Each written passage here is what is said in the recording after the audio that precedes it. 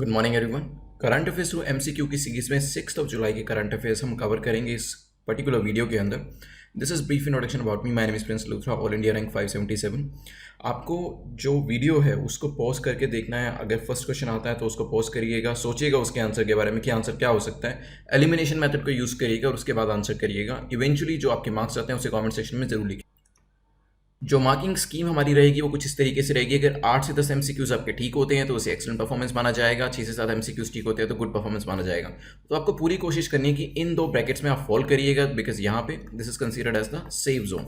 Safe zone में होने की वजह से क्योंकि यहाँ पे आपके जो मार्क्स है मोर देन इक्वल टू 60% आ रहे हैं, तो प्रीलिम्स होने के चांसेस काफ़ी अच्छे रहते हैं। यहाँ पर जो थर्ड ब्रैकेट हमारा है 40 to 55% वाला, यहाँ पर अनसर्टेनिटी बनी रहती है और आप लोग क्या करते हैं, प्रीलिम्स के रिजल्ट के आने का वेट करते हैं, उसके बाद ही मेंस की जो प्रिपरेशन है वो अच्छे से हो पाती है। Less than equal to 3 MCQs में चांसेस काफ़ी कम होते हैं। तो जो ये नीचे के जो दो ब्रैकेट्स हैं इसे डेंजर जोन कहा जाता है और आपको कोशिश करना है, अगर आपके मार्क्स डेंजर जोन में भी आते हैं even then it is acceptable, but धीरे धीरे इंप्रूव करके आप अपर ब्रैकेट्स में आने की कोशिश करिएगा।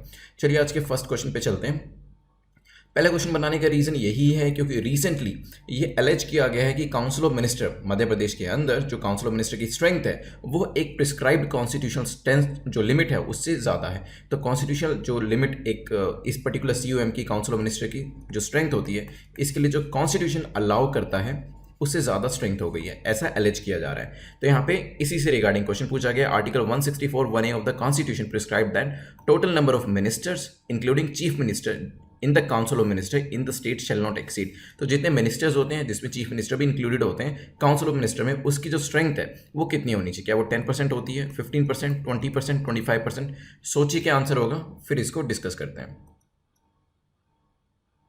चलिए देखिए, इफेक्टिव स्ट्रेंथ ऑफ लेजिस्लेटर जो होती है ना, इफेक्टिव स्ट्रेंथ ऑफ लेजिस्लेटर्स, इसका जो अलाउ किया गया है दैट इज 15%। तो जितने मिनिस्टर्स होंगे इंक्लूडिंग द चीफ मिनिस्टर वो 15% तक ही हो सकते हैं। और अभी मध्य प्रदेश में हुआ क्या है, वहाँ पे जो इफेक्टिव स्ट्रेंथ है वो 206 है, लेकिन COM that is council of minister की जो स्ट्रेंथ है वो 34 हो गई है, विच इज मोर देन 15%। तो लेट्स सी आगे आने वाले टाइम में यहाँ पे क्या चेंजेस करे जाते हैं, बट फिलहाल this is the condition, this is the position. और आपको इसकी स्ट्रेंथ के बारे में पता होना चाहिए। पॉलिटी का क्वेश्चन पूछा जा सकता है क्योंकि करंट अफेयर्स से कंसर्निंग इसमें जो इशू है वो उठाए।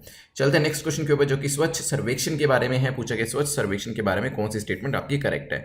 स्वच्छ सर्वेक्षण urban is conducted by ministry of housing and urban affairs. तो आपको पता है स्वच्छ सर्वेक्षण जो है, तो आपको पता है कि एक तो होता है स्वच्छ सर्वेक्षण अर्बन और दूसरा होता है स्वच्छ सर्वेक्षण रूरल। तो कहा गया कि स्वच्छ सर्वेक्षण अर्बन जो है वो कौन लेके आता है, कौन कंडक्ट करता है? Ministry of housing and urban affair उसे कंडक्ट करता है। इसी तरीके से जो रूरल वाला है वो ministry of rural development conduct करती है। Indore one the award for the cleanest city of the India in the स्वच्छ सर्वेक्षण 2016। 2016 में जो अवार्ड दिया गया था, जब से स्वच्छ सर्वेक्षण होना शुरू हुआ है तब इंदौर को दिया गया था। सोचिए क्या आंसर होगा, फिर डिस्कस करेंगे। चलिए देखिए, स्वच्छ सर्वेक्षण अर्बन जो पहली स्टेटमेंट है ministry of housing urban affair करती है, बिल्कुल ठीक है पहला। लेकिन सेकंड हो सकता है इस तरीके से statements UPSC they they, because हम सोचेंगे क्योंकि रूरल है तो रूरल डेवलपमेंट मिनिस्ट्री जो वो करती होगी, but this is incorrect. This is conducted by जो स्वच्छ सर्वेक्षण रूरल है वो मिनिस्ट्री ऑफ जल शक्ति कंडक्ट करती है। ध्यान रखिएगा ये बिल्कुल अच्छे से, क्योंकि इसके ऊपर जो स्टेटमेंट है वो यूपीएससी आपकी गलत करवा सकता है। पहले जो ये था रूरल वाला वो मिनिस्ट्री ऑफ ड्रिंकिंग वाटर कराती थी, ministry of drinking water and sanitation. फिर बाद में वो मर्ज हो गई किसके साथ? Ministry of water resource river development and Ganga rejuvenation के साथ, और मिनिस्ट्री ऑफ जल शक्ति बन गई। तो अब इस नाम से इसको जाना जाता है। तो मिनिस्ट्री ऑफ जल शक्ति कराती है रूरल को अर्बन अफेयर कराता है। थर्ड वे आते हैं, Indore one the award for the cleanest city. देखिए 2016 में सबसे पहले जो अवार्ड मिला था ये मिला था मैसूर सिटी को, मैसूरू। ठीक है, तो तीसरी स्टेटमेंट आपकी इनकरेक्ट हो जाती है। अगर बात करी जाए 2017, 18, 19 में तीनों साल जो कंसेक्यूटिवली है वो इंदौर इसको जीतता हुआ आ रहा है। तो हमारे यहाँ पे सिर्फ जो पहली स्टेटमेंट है वो ठीक है, इसी वजह से आंसर हमारा हो जाएगा ए। चलते हैं नेक्स्ट क्वेश्चन के ऊपर जो कि है प्रेरक दौर सम्मान के बारे में पूछा गया। प्रेरक दौर सम्मान जो है ये किसके साथ एसोसिएट करता है, किस फील्ड के अंदर दिया जाता है? क्या एजुकेशन के अंदर दिया जाता है, सैनिटेशन के अंदर, विमेन एम्पावरमेंट, या फिर एंटरप्रेन्योरशिप के अंदर? सोचिए क्या आंसर होगा। रिसेंटली जो था एक न्यू कैटेगरी ऐड करी गई है, तो आपको यही बताना है कि न्यू कैटेगरी जो है इस सम्मान की वो किसके साथ एसोसिएट करी गई है। क्या न्यू कैटेगरी एजुकेशन के साथ है, सैनिटेशन के साथ है, विमेन एम्पावरमेंट, या फिर एंटरप्रेन्योरशिप के साथ है? सोचिए क्या आंसर होगा, फिर इसको डिस्कस करते हैं। चलिए देखिए, रिसेंटली जो न्यू कैटेगरी है वो इस अवार्ड की जो एसोसिएट करी गई है, it is as a part of Swachh Survekshan 2021। तो sanitation is the correct answer. इसमें जो बेसिकली कैटेगराइजेशन है वो आप देख सकते हैं कुछ इस तरीके से। इसमें ये वेरियस कैटेगरीज 5 कैटेगरीज हैं: दिव्या, अनुपम, उज्जवल, उदित, आरोही। ये जो सम्मान है ये इसके अंदर दिए जाते हैं, पूछा जा सकता है। और बेसिकली जो कैटेगरीज कवर करी जाती है, अगर हम स्वच्छ सर्वेक्षण की बात करें तो उसके अंदर सेग्रीगेशन ऑफ वेस्ट के बारे में बात करी जाती है, चाहे वो वेट हो, ड्राई हो, हैजार्ड कैटेगरी की बात करी जाती है। प्रोसेसिंग कैपेसिटी की बात करी जाती है, वेस्ट कितना जनरेट हो रहा है उसके बारे में बात करी जाती है। प्रोसेसिंग, रिसाइकलिंग, कंस्ट्रक्शन, डेमोलिशन, ये सब चीज़ें भी डिस्कस करी जाती हैं। परसेंटेज ऑफ वेस्ट कितना लैंडफिल्स के अंदर जा रहा है ये भी इसके अंदर देखा जाता है। And then finally sanitation status देखा जाता है सिटीज़ का, और रैंकिंग आपकी करी जाती है। चलते हैं नेक्स्ट क्वेश्चन के ऊपर, जो कि टर्की को लेकर है। टर्की अगेन न्यूज़ में था रिसेंटली। जो गवर्नमेंट ऑफ टर्की है उसने क्या किया है, एक पर्टिकुलर यहाँ पे इस्तांबुल की आइकॉनिक हागिया सोफिया म्यूजियम है जिसको एक मॉस्क में कन्वर्ट करने की बात करी। इस वजह से जो टर्की है वो न्यूज़ में था और पूछा गया, क्योंकि टर्की न्यूज़ में था।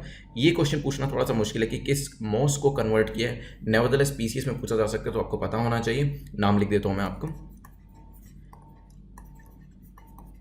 हागिया सोफी म्यूजियम, ठीक है। लेकिन ये पूछा जा सकता है कि टर्की की लोकेशन के बारे में, और यहाँ से एक ज्योग्राफी का क्वेश्चन बन सकता है। तो आपको बताना है कि कौन सी ऐसी कंट्रीज हैं इन तीनों में से जिसका बॉर्डर टर्की को टच करता है। क्या आर्मेनिया उसमें से एक है? What about Bulgaria, Georgia? सोचिए क्या आंसर होगा, फिर डिस्कस करते हैं।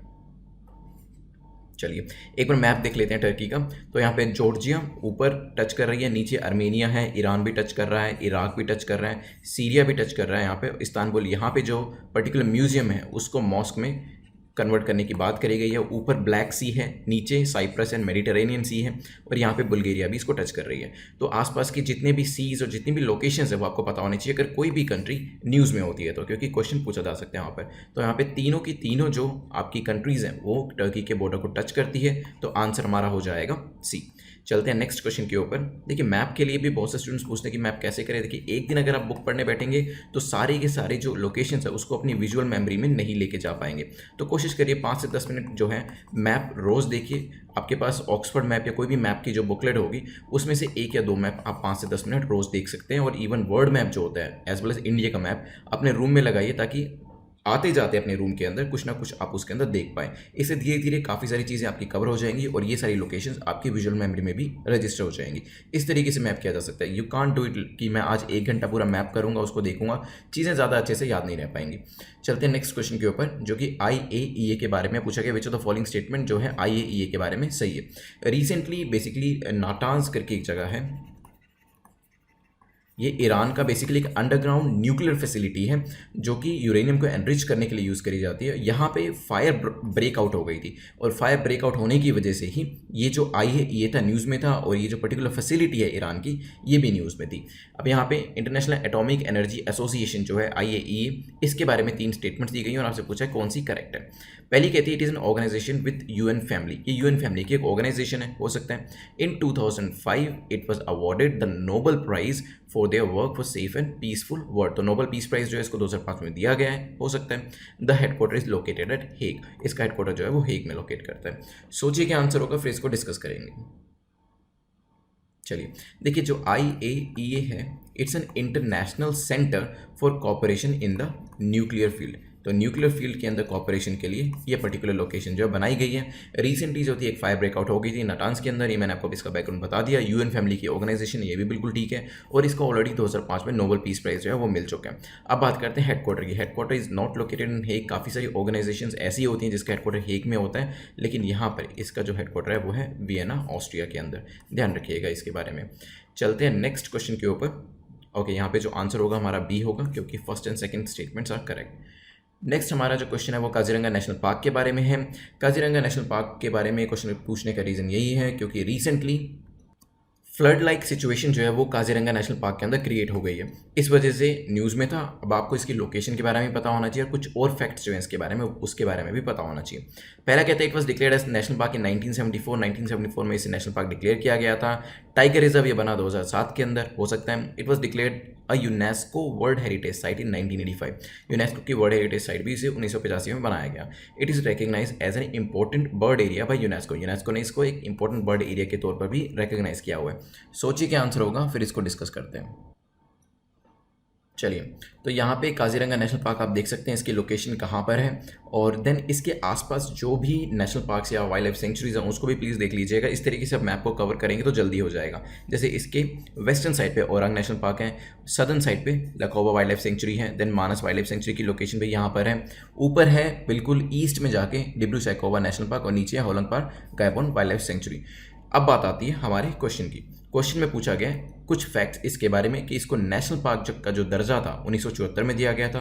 तो ये स्टेटमेंट हमारी ठीक है। क्या ये टाइगर रिजर्व भी है? यस, 2007 में इसको टाइगर रिजर्व का दर्जा भी दिया गया था, and it was declared as a UNESCO world heritage site in 1985। ये भी बिल्कुल ठीक है। इंपॉर्टेंट बर्ड एरिया से रिकग्नाइज किया गया, ये भी बात बिल्कुल ठीक है, but it is recognize by bird life international, not UNESCO. तो बर्ड लाइफ इंटरनेशनल ने इसको एक इम्पॉर्टेंट बर्ड एरिया रिकग्नाइज किया है। तो हमारा आंसर जो होगा वो होगा ए। और मैप के लिए इसको ज़रूर देखिएगा, और आसपास के जो लोकेशंस होती हैं जब भी आप किसी पर्टिकुलर लोकेशन को देखते हैं वो भी देख लीजिएगा, क्योंकि पूछा जा सकता है कि वेस्ट से ईस्ट तक कौन सी, ईस्ट से वेस्ट तक या वेस्ट टू ईस्ट तक कौन कौन सी वाइल्ड लाइफ सेंचुरीज जो है वो आसाम के अंदर पड़ती हैं। इस तरीके के क्वेश्चन भी पूछ लिए जाते हैं, तो आपको पता होना चाहिए इसके बारे में। तो ईस्ट टू वेस्ट हो गया या फिर वेस्ट टू ईस्ट हो गया, ये लोकेशंस भी आपको पता होनी चाहिए। चलते हैं नेक्स्ट क्वेश्चन के ऊपर, which is question number 7। Question number 7 जो है वो राजीव गांधी नेशनल पार्क के बारे में पूछा गया। विच of the following national park, उसको हम राजीव गांधी नेशनल पार्क के नाम से भी जानते हैं। तो ये जो पर्टिकुलर नाम है किस दूसरे नेशनल पार्क का है? तो नागरहोल नेशनल पार्क को भी क्या राजीव गांधी नेशनल पार्क के तौर पे जाना जाता है, या फिर ओरंग नेशनल पार्क को इस नाम से जाना जाता है, बांदीपुर को, या फिर साइलेंट वैली को? सोचिए क्या आंसर होगा, फिर डिस्कस करते हैं। चलिए देखिए, क्वेश्चन पूछने का रीज़न ये है क्योंकि कर्नाटका फॉरेस्ट डिपार्टमेंट अभी न्यूज़ में था। कर्नाटका के जो फॉरेस्ट डिपार्टमेंट है इसने क्या किया है, इसने रिसेंटली ट्रैफिक मॉनिटरिंग सिस्टम जो है वो एक रोड पे यहाँ पर इंस्टॉल करे हैं, जो कि एडजेसेंट है नागरहोल नेशनल पार्क। तो नागरहोल नेशनल पार्क के साथ से जो रोड जाती है यहाँ पर ट्रैफिक मॉनिटरिंग सिस्टम को इंस्टॉल करने की बात करी गई है। तो यहाँ पे पूछा गया है कि किसका नाम राजीव गांधी नेशनल पार्क है। तो ऑफकोर्स अब आपको एक्सप्लेनेशन से पता चल गया होगा, नागरहोल नेशनल पार्क को भी राजीव गांधी नेशनल पार्क कहा जाता है, और राजीव गांधी नेशनल पार्क के साथ से जो सड़क जाती है वहाँ पे कर्नाटका फॉरेस्ट डिपार्टमेंट ने डिसाइड किया है कि ट्रैफिक मॉनिटरिंग सिस्टम को डालना चाहिए। अब आते हैं इसके बारे में कुछ और चीज़ें देख लेते हैं। तो आपका जो नागरहोल नेशनल पार्क है इसका दूसरा नाम है राजीव गांधी नेशनल पार्क। इसे 37 टाइगर रिजर्व भी बनाया गया था। वेस्टर्न घाट इसकी लोकेशन है, नागरहोल रिवर इसके थ्रू जाती है जो कि आगे जाके काबिनी रिवर के अंदर मिल जाती है। तो ये कुछ और फैक्ट्स जो है वो ध्यान रखिएगा, पूछे जा सकते हैं, इनके ऊपर भी स्टेटमेंट्स बन सकती हैं। चलते हैं नेक्स्ट क्वेश्चन के ऊपर, विच इज क्वेश्चन नंबर 8, जो कि हाउसिंग फाइनेंस कंपनीज के बारे में बात करें। इकोनॉमिक्स का क्वेश्चन है ये, लेट्स सी कि ये ठीक होता है कि नहीं। Which of the following statement is और are correct about housing finance companies? Housing finance companies के बारे में कौन सी स्टेटमेंट आपकी करेक्ट है? पहली है it is regulated by RBI. तो जो हाउसिंग फाइनेंस कंपनीज हैं इसको कौन रेगुलेट करता है? आरबीआई हो सकता है। Housing finance companies specialised NBFCs, ये स्पेशलाइज्ड एनबीएफसीज हैं। कौन सी? हाउसिंग फाइनेंस कंपनीज हो सकती हैं। एनबीएफसीज क्या होता है? नॉन बैंकिंग फाइनेंस कॉर्पोरेशन, देखेंगे इसको भी। To qualify as HFC NBFC must have 50% asset as housing loans and 75% of which should be for individual home buyers। चलिए, तो स्टेटमेंट क्या कह रही है? NBFC अगर जो है इसको HFC बनना, that is housing finance company बनना है, तो इसका 50% जो एसेट्स हैं वो हाउसिंग लोन्स में होनी चाहिए, और उसमें भी 75% जो है इंडिविजुअल होम बायर्स होने चाहिए। ये भी हो सकता है, कंडीशन है बेसिकली। लेट्स सी, सोचिए क्या आंसर हो सकता है, फिर डिस्कस करेंगे। चलिए देखिए, एचएफसीज और एनबीएफसीज न्यूज़ में इसलिए थी बिकॉज रिसेंटली सेंट्रल गवर्नमेंट ने अप्रूव किया है एक प्रपोजल जिसमें कहा गया कि स्पेशल लिक्विडिटी स्कीम जो है वो चलाई जाएगी। किसके लिए? हाउसिंग फाइनेंस के लिए, हाउसिंग फाइनेंस कंपनीज के लिए और एनबीएफसीज के लिए। तो इन दोनों के लिए स्पेशल लिक्विडिटी स्कीम्स चलाने की बात करी गई है, इसी वजह से ये न्यूज़ में था। रेगुलेट कौन करता है? It is regulated by RBI. तो पहली स्टेटमेंट बिल्कुल ठीक है। एचएफसीज जो है वो स्पेशलाइज एनबीएफसीज होती हैं। स्पेशलाइज क्यों? क्योंकि वो हाउसिंग्स के लेकर जो चीज़ें होती हैं उससे पर्टेन करती है, हाउसिंग फाइनेंस से एसोसिएट करती है। इसी वजह से ये कंडीशन भी दी गई थी कि एनबीएफसीज को अगर स्पेशलाइज बनना है, दैट इज एचएफसी बनना है, तो ये कंडीशन जो है वो मीट होनी चाहिए। मतलब 50% एसेट जो है वो हाउसिंग लोन्स में होनी चाहिए और 75% जो है वो इंडिविजुअल होम बायर्स के पास होनी चाहिए। तो यहाँ पे आंसर जो है हमारा हो जाएगा सी, क्योंकि तीनों ही स्टेटमेंट्स हमारी करेक्ट है। अगर इकोनॉमिक्स का ये क्वेश्चन आपका ठीक नहीं हुआ है तो मैंने आपको जो पैटर्न के बारे में बताता हूँ कि एनालाइज करें कि गलती कहाँ हो रही है, तो आपको ध्यान देना चाहिए कि हो सकता है इकोनॉमी वाला सेक्शन आपका वीक हो, तभी इकोनॉमिक्स के क्वेश्चन गलत हो रहे हैं। मैप वाला क्वेश्चन सही नहीं हुआ तो उससे आपको ये पता चलना चाहिए कि आपको ज्योग्राफी में जो मैप वाला रीजन है, मैप वाला एरिया है, उस पर ध्यान देने की जरूरत है। चलते हैं नेक्स्ट क्वेश्चन के ऊपर, जो कि अगेन एनबीएफसी के बारे में है। अगर आपके दोनों में से दोनों क्वेश्चन ही गलत है तो डेफिनेटली इकोनॉमिक्स वाला जो सेक्शन होता है न्यूज़पेपर के अंदर, उसमें आपको ध्यान देने की जरूरत है, और दोनों ही आपके ठीक है तो आपको एक इंडिकेशन देगा कि इकोनॉमी जो है एटलीस्ट वो आपकी स्ट्रॉन्ग है। तो यहाँ पे एनबीएफसीज के बारे में इस तरीके के क्वेश्चन पहले भी पूछ चुके थे, अगर आप ये कर पाते हैं तो उससे ये भी आपको पता चलेगा कि आपकी रिवीजन कैसे चल रही है। Which of the following statement जो है एनबीएफसी के बारे में सही है। 3 स्टेटमेंट्स दे रखे हैं, 1 बाय 1 देखते हैं इसको कौन सी ठीक है। पहली है NBFCs can accept demand deposits. NBFCs जो है वो डिमांड डिपॉजिट्स को एक्सेप्ट कर सकती है। लेट्स सी सही है कि नहीं है। NBFCs do not form part of the payment and settlement system but can issue cheques drawn at itself. तो एनबीएफसी जो है वो पेमेंट एंड सेटलमेंट सिस्टम का पार्ट नहीं फॉर्म करती है, लेकिन चेक्स जो है वो इशू किए जा सकते हैं, हो सकता है। Deposit insurance facilities of deposit insurance and credit guarantee corporation is not available to depositors of NBFCs. तो ये जो पर्टिकुलर फैसिलिटी है डिपॉजिट इंश्योरेंस फैसिलिटी, ये एनबीएफसीज के डिपॉजिटर्स को अवेलेबल नहीं होती है। सोचिए क्या आंसर होगा, फिर डिस्कस करते हैं। चलिए, क्योंकि ऑलरेडी हम एनबीएफसीज के ऊपर क्वेश्चन जो है हर महीने एक या दो क्वेश्चन इसके ऊपर बना ही देते हैं, क्योंकि ये न्यूज़ में अपीयर करता है। ये ऑलरेडी डिस्कस कर चुके हैं हम एक्सप्लेनेशन के अंदर। तो यहाँ पे कोई भी इसका जो ऑप्शन है वो करेक्ट नहीं है। अगर आपने ये चीज़ डिटेक्ट कर ली थी कि कोई भी ऑप्शन इसका ठीक नहीं है, तो अगेन ये चीज़ बताता है कि आपकी प्रिपरेशन अच्छी चल रही है। चलते हैं फर्स्ट स्टेटमेंट के ऊपर। NBFCs can accept demand deposit. क्या एनबीएफसी डिमांड डिपॉजिट ले सकती है? So this statement is incorrect. NBFC जो है वो डीडीज जो होते हैं, आपके डिमांड डिपॉजिट जो होते हैं, जो बैंक्स कर सकते हैं, वो नहीं कर सकती है। Second, NBFC do not form part of the payment and settlement system. यहाँ तक स्टेटमेंट ठीक है, बिल्कुल सही है, but can issue cheques drawn on itself. It can not issue cheques. तो ये हाफ स्टेटमेंट आपकी इनकरेक्ट हो जाती है, इसी वजह से पूरी स्टेटमेंट आपकी इनकरेक्ट हो जाती है। डिपॉजिट इंश्योरेंस फैसिलिटी जो होती है वो एनबीएफसीज के डिपॉजिटर्स के पास अवेलेबल नहीं होते। तीसरी स्टेटमेंट आपकी ठीक है, आंसर आपका हो जाएगा ओनली 3। चलते हैं नेक्स्ट क्वेश्चन के ऊपर और आज के लास्ट क्वेश्चन के ऊपर। लास्ट क्वेश्चन जो है वो पूछ रहा है, which of the following state has recently decided to introduce locally produced millets for the first time in ICDS and PDS. तो integrated child development services as well as public distribution system के अंदर कौन सा ऐसा state है जो कि first time locally produce millets को इंट्रोड्यूस करने जा रहा है? क्या वो झारखंड है, मध्य प्रदेश है, उड़ीसा है या फिर यूपी है? सोचिए क्या आंसर होगा, फिर डिस्कस करते हैं। चलिए, तो ये जो स्टेप लिया है ये लिया है सी उड़ीसा ने। तो उड़ीसा के पास एक मिशन है जिसे कहते हैं उड़ीसा मिलेट मिशन।